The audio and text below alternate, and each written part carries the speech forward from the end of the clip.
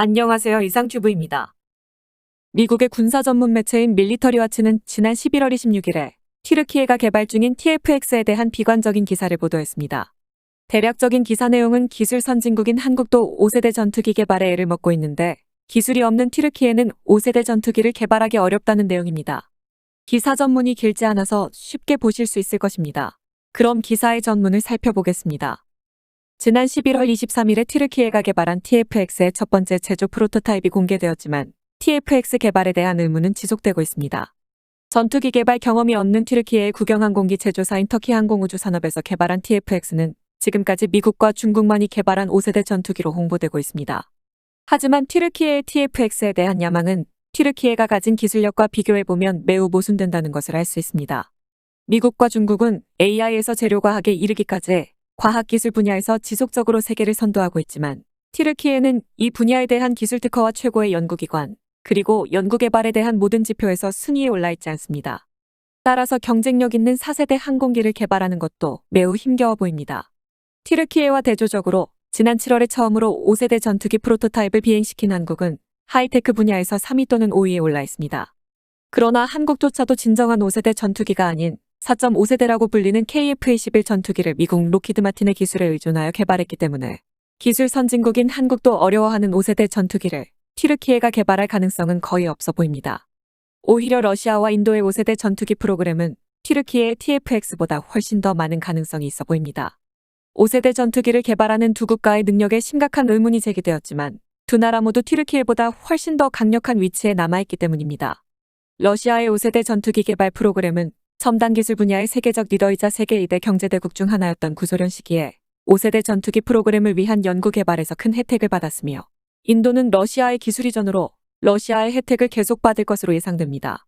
튀르키예의 TFX 프로그램을 비관하는 또 다른 주요 요인은 튀르키예가 지난 수십 년 동안 모든 측면에서 잠재적인 기술 파트너들과의 관계가 좋지 않다는 것에 있습니다. 가장 최근에는 러시아 우크라이나 전쟁 동안 튀르키예는 러시아에 대해 강경한 입장을 취하지 않는 등 이 지역의 문제에 대해 서방 세계와 긴장된 관계가 지속되었고 이로 인해 미국에서는 F-16 전투기의 판매조차 금지되었습니다. 이로 인해 현재 생산 중인 유일한 5세대 전투기인 F-35 프로그램에서 튀르키예가 퇴출당한 후 서방 세계에서 진정한 5세대 전투기를 생산하기 위한 의미 있는 기술 이전은 실현될 것 같지 않습니다. 여기에 러시아와 동맹을 맺은 시리아에 대한 튀르키예의 지속적인 불법 공습과 러시아군의 공격을 가하는 알카에다 연계 파벌에 대한 지지는 러시아로부터 기술 이전을 제한하게 하는 주된 이유이며 결정적으로 튀르키예의 나토 가입은 러시아나 중국으로부터 민감한 기술을 이전받을 가능성이 여전히 낮다는 것을 의미합니다. 또한 튀르키예는 중국 서부에서 활동 중인 알카에다 계열사들을 지지하고 있으며 이들은 태국과 중앙아시아뿐만 아니라 중국 전역에서 테러 공격을 일으키고 있습니다. 따라서 튀르키예가 중국 서부에서 활동 중인 투르크족을 계속 지지한다면 중국은 튀르키예와의 안보 파트너십 관계에 신중함을 유지할 것임을 의미합니다. 앞서 설명했던 튀르키예는 중간 수준의 기술조차 부족하기 때문에 선진국의 해외 지원 없이 고성능 전투기를 개발할 가능성은 낮아 보이며 기술 지원을 얻을 수 있는 능력 또한 의문시되고 있습니다. TFX 프로그램은 아직 성공할 수 있지만 4세대 이상의 전투기에서 미국과 중국 전투기에 대한 경쟁력은 의심스럽기 때문에 튀르키예가 서구의 전통적 파트너들과 또는 아시아의 파트너들과의 외교 관계에 따라 TFX 프로그램이 크게 좌우될 것입니다. 따라서 TFX 프로그램의 기술을 지원해 줄 수 있는 해외 파트너들을 찾을 때까지 TFX 프로그램은 지연될 가능성이 높으며 튀르키예의 예상대로 2030년대 이전에 5세대 전투기를 개발하기는 어려울 것으로 전망됩니다. 이상이 기사의 전문이었습니다. 현재 튀르키예의 TFX 프로그램은 영국에 전적으로 의지하고 있습니다. TFX의 전자장비와 주요 장비 개발은 영국의 BAE 시스템사가 맡고 있고 엔진 개발은 롤스로이스에 의존하고 있습니다. 문제는 이 기술들에 대한 특허 문제인데 튀르키예는 TFX의 수출을 위해 특허 보유의 사활을 걸고 있습니다. 튀르키예는 이미 알타이 전차의 경우에서 특허의 중요성을 깨달았습니다. 한국에서 전차 기술을 이전받아 알타이 전차를 개발하여 사우디에 수출하려 했으나 알타이 전차에 탑재된 독일산 파워팩에 대한 수출을 독일이 거부하여 현재까지도 수출은 물론 생산 자체를 하지 못하고 있습니다. 때문에 튀르키예는 TFX 개발 초기에 영국과의 협상에서 특허권 보유를 내걸어 영국과의 협상이 불발된 후 최근에 영국과 다시 손을 잡게 되었습니다. 현재까지 외신에서도 TFX에 탑재된 주요 부품에 대한 특허권이 튀르키예에 귀속되는지는 보도되지 않아 알 수가 없지만 개인적으로는 이러한 부분에서 협상을 잘하는 영국에 전자장비 및 엔진의 특허권을 튀르키예에게 귀속시키지는 않았을 것으로 보입니다. 튀르키예로서는 영국의 기술로 TFX를 개발한다고 해도 기체 단가만 1억 달러 이상으로 추정되는 TFX의 생산 단가를 낮추기 위해서는 수출이 필요하지만 영국의 수출 특허권을 튀르키예에게 줄리는 만무합니다. 특히 주목할 만한 것은 현재 전 세계에서 진행되고 있는 차세대 전투기 프로그램에는 영국이 모두 참여하고 있다는 것입니다.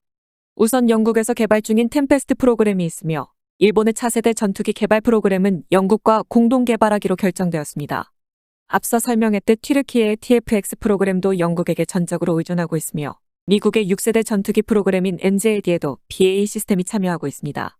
여기에 인도의 5세대 전투기 개발 프로그램인 AMCA에도 영국산 엔진이 탑재될 것이라고 보도되고 있습니다. 또한 독일과 프랑스 및 스페인이 개발 중인 FCAS 프로그램에도 영국이 참여하고 있습니다. 스페인의 ITP 에어로라는 기업이 엔진 제작에 참여 중인데 ITP 에어로는 영국 롤스로이스의 스페인 자회사라는 것입니다. 영국 롤스로이스의 자회사인 스페인의 ITP는 유로파이터에 탑재되는 EJ200 개발에 주도적으로 참여한 것으로 알려져 있습니다. 하지만 최근 코로나로 인해 항공산업의 불황 여파로 ITP는 불황을 겪고 있어 FACS 사업은 매우 중요하며 때문에 ITP는 협상 초기에 유로파이터에 탑재된 EJ200을 모델로 FCAS 프로그램을 진행하자고 강력하게 주장했었습니다. 따라서 넓은 견지에서 보자면 ITP의 모 회사는 영국의 롤스로이스이므로 독일과 프랑스 및 스페인이 참여하고 있는 FCAS 프로그램에는 영국도 참여하고 있는 것이 됩니다. 현재 FCAS 엔진의 개발은 프랑스 사프란과 독일의 MTU가 합작회사인 유맷을 설립하고 스페인의 ITP는 프라임 파트너의 지위로 영입함으로써 33대 33대 33의 분담을 약속했습니다. NGF의 신형 엔진을 개발하는 독점적인 지위와 권리는 유맷이 보유하게 됩니다. 말이 다른 길로 많이 샜지만 미국이 첨단 기술에 대해 많은 제약을 가하고 있어 아마도 많은 나라들이 차선책으로 영국을 선택한 것으로 보이지만 개인적으로는 영국은 첨단 전투기의 수출을 통제하기 위한 목적이 더 큰 것으로 보입니다.